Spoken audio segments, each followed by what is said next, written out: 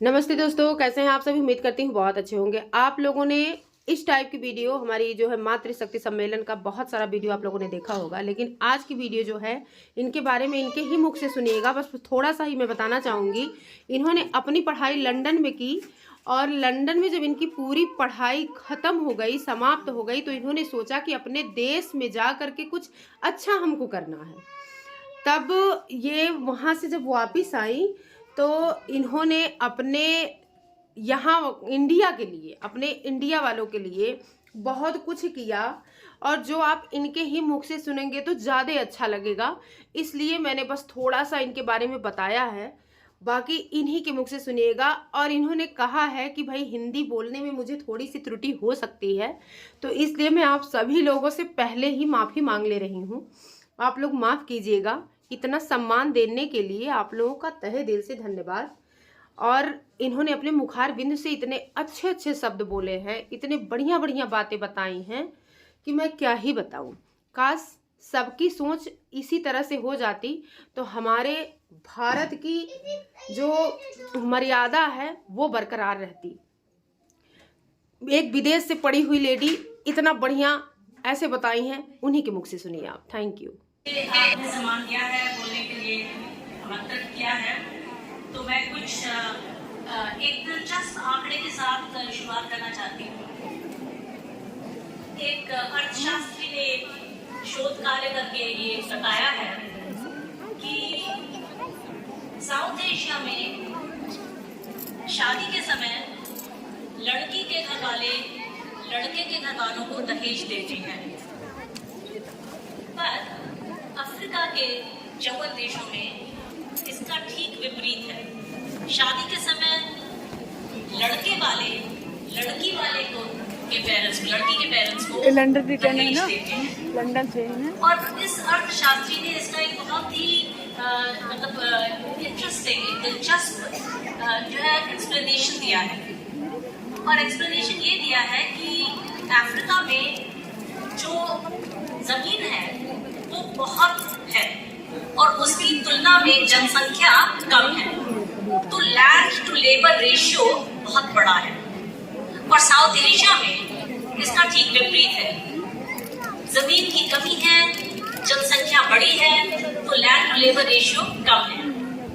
तो शादी होके अपने पति के घर आती है तो वहां पर इतनी ज्यादा जमीन होती है कि वो एक कहते ना, दो हाथ में जाते हैं उस परिवार को, वो जमीन को टिल करके उस पे उसको उपजाऊ बनाते हैं। और जो साउथ एशिया में है वहां पर जब लड़की शादियों के अपने पति के घर आती है तो वो उसको कहते हैं कि वो एक माउथ टू फीड है, क्योंकि वो जो है वो अपने हाथों से, मतलब जमीन नहीं है तो उसपे आर्थिक काम नहीं कर सकती, आर्थिक योगदान नहीं दे सकती।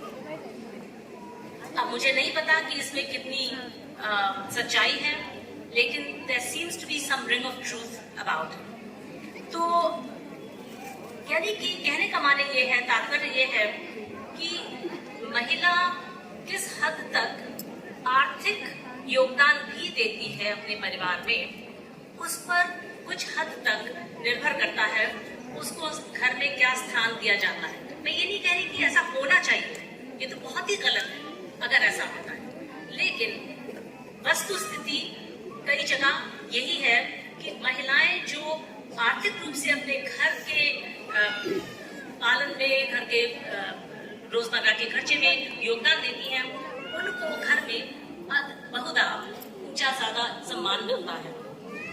और इसके कई जो है वो प्रमाण भी है। एक चीज और बहुत दिलचस्प है जो शोध में दिखती है, वो ये है कि महिलाओं की जो इनकम है, अगर वो कुछ कार्य करती हैं और उससे जो व्यय करती हैं, उसका पैटर्न जो पुरुषों की जो इनकम होती है उससे वो जो व्यय करते हैं उससे फर्क होती है ना। हमारे देश में और ज्यादातर देशों में इस तरीके का शोध हो ही नहीं सकता, क्योंकि महिला की इनकम और पुरुष की इनकम एक पॉट में डाल करके वो एक ही मानी जाती है। ये नहीं है कि महिला अपनी इनकम अगर वो करती है तो वो अलग माना जाएगा और पुरुष की इनकम अलग होगी। लेकिन कुछ देशों में, अफ्रीका के कई देशों में ऐसा है कि वहां पर ये होता है कि मेल पर खेती करते हैं और उनकी वाइफ जो है जो अपने प्लॉट्स पर खेती करती है, तो उनकी इनकम अलग है, तो उनकी वो अलग ही मेंटेन करती है और उससे जो उनका एक्सपेंडिचर का पैटर्न है वो बहुत फर्क है। इसमें इस शोध में जो बहुत ज़्यादा किताबें वगैरह भी पब्लिश्ड हैं, पेपर्स भी पब्लिश हैं, एकेडमिक पेपर्स, तो उसमें ये दिखता है कि जो महिला है उनका जो इनकम है उसका एक्सपेंडिचर का जो पैटर्न है, उसका व्यय करने का जो पैटर्न है वो ज़्यादा चाइल्ड गुड्स पर जाता है, कि बच्चों से संबंधित जो खर्चे होते हैं उन पर जाता है महिलाओं की इनकम का श्रेष्ठ हिस्सा, और पुरुषों की इनकम का श्रेष्ठ हिस्सा और फर्क तरीके की चीज में जाता है, जैसे घर का रेंट या मॉर्गेज और एंटरटेनमेंट गुड्स जैसे कि सिगरेट, मैगजीन, सिनेमा, इस तरीके की चीजें भी ये वहां पर देखा गया। ये जरूरी नहीं है कि हर देश में ऐसा हो, लेकिन एक इंडिकेशन है कि महिलाओं की जिन चीजों पे वो बल देती है, जिन चीजों पे वो अपने मेहनत की कमाई खर्च करना चाहती हैं, वो ज्यादा बच्चों से संबंधित चीजें होती है, जैसे बच्चों की शिक्षा पे आने वाला व्यय या बच्चों के कपड़ों पर और जूतों पर जो व्यय है। यानी कि महिलाओं की जो आकांक्षाएं हैं, जो उनके लक्ष्य हैं, जो उनके प्रेफरेंसेस हैं, वो कुछ हद तक जो पुरुष हैं उनके जो प्रेफरेंसेस हैं थोड़े से भिन्न हैं। तो ये भी एक इम्पॉर्टेंट और एक ये समझने वाली चीज है। शताब्दी पांडे जी ने कहा कि जेंडर बायस जो है उसके बारे में हम लोगों को इतना जोर नहीं देना चाहिए। हालांकि उन्होंने एक्नॉलेज किया कि जैसे प्राइवेट स्कूल्स में लोग बहुधा अपने बच्चों को लड़कों को भेज देते हैं और लड़कियों को नहीं भेजते, देखा जाता है। और कई चीजें आपने बताई, तो मतलब ये है कि एक जेंडर बायस ना होना एक मधुर आकांक्षा है और एक बेहद महत्वपूर्ण लक्ष्य है जिसकी ओर हमें और हमारे समाज को अग्रसित होना है। लेकिन ऐसा नहीं है कि वर्तमान में जेंडर बायस नहीं है, जो है उसके लिए भी हमें कार्यरत रहना है और उसके लिए भी करना है। वरना उसको करने के लिए क्या तरीके? मुझे लगता है कि शिक्षा एक बेहद सशक्त माध्यम है महिला सशक्तिकरण का, और इसके लिए महिला चुका नहीं रही कई फायदे हैं। एक ये है कि जो शिक्षित महिलाएं हैं, जो श्रम बाजार है, लेबर मार्केट जिसको कहते हैं, उसमें जो इकोनॉमिक रिटर्न टू एजुकेशन है वो जो ज्यादा शिक्षित लोग हैं उनका रिटर्न जो है वो ज्यादा है। मैं एक आपको वर्ल्ड बैंक की रिसर्च का बताना चाहती हूँ। वर्ल्ड बैंक के जो डायरेक्टर हैं उन्होंने एक रिसर्च की सारी समीक्षा करके, जो दुनिया में अंतर्राष्ट्रीय स्तर पे बहुत सारे रिसर्च पेपर्स हैं इस विषय पर, कि महिलाओं की शिक्षा और जो पुरुषों की शिक्षा है, अगर आप दोनों को देखें, उनका असर देखें, तो किसका असर ज्यादा ऊंचा है। और इट टर्न्स आउट कि महिलाओं की शिक्षा का जो रिटर्न है, जिसको कहते हैं अगर आप कहीं पर निवेश करते हैं तो उसमें आपको ब्याज मिलता है या उसमें आपको प्रॉफिट मिलता है, नफा मिलता है, तो वो जो है वो महिलाओं की शिक्षा से नफा बेहद ज्यादा है उसकी तुलना में, जितना कि पुरुषों की शिक्षा से, लड़कों की शिक्षा से जो रिटर्न है उससे कहीं बढ़ करके है रिटर्न टू गर्ल्स एजुकेशन।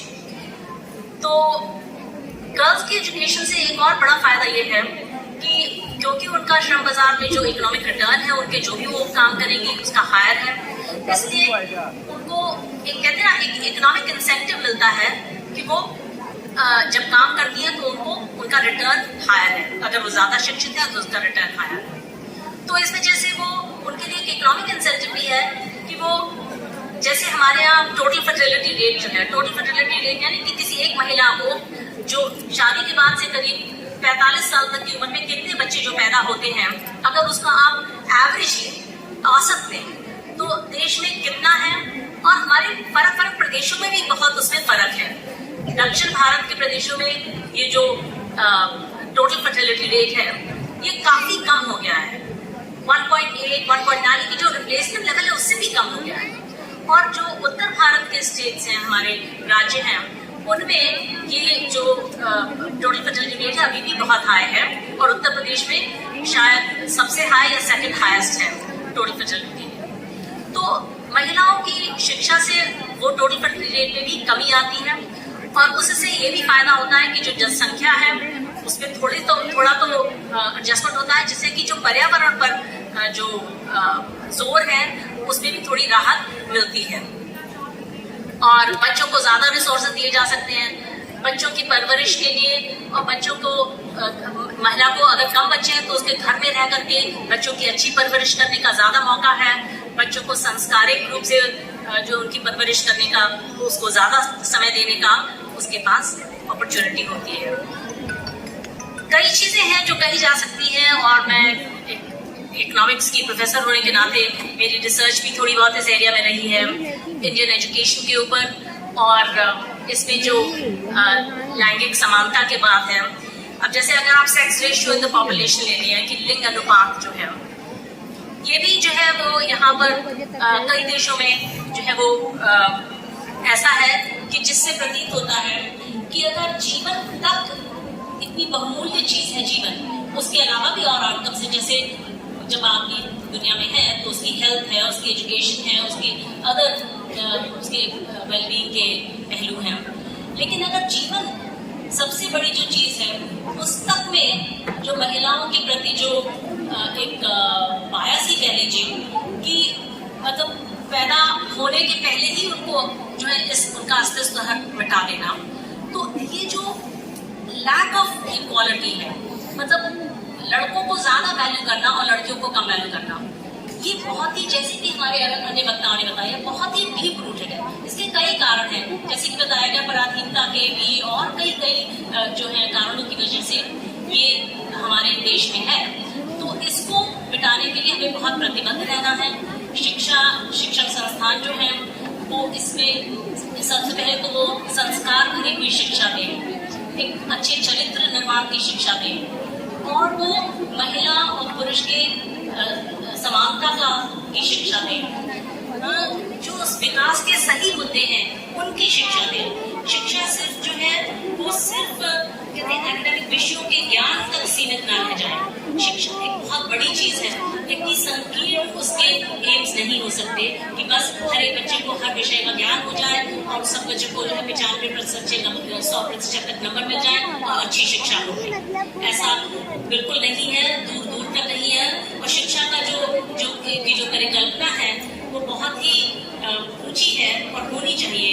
और शिक्षा में हमें महिला सशक्तिकरण, नारी सशक्तिकरण, महिला और पुरुष की समानता की शिक्षा देना बेहद आवश्यक है। और हमारा स्कूल इस प्रति मतलब बहुत ही प्रतिबद्ध है, और आपने हमें इस इम्पोर्टेंट फोरम में बुलाया, उसके लिए आपका बहुत बहुत धन्यवाद। आपके सम्मान के लिए बहुत बहुत धन्यवाद।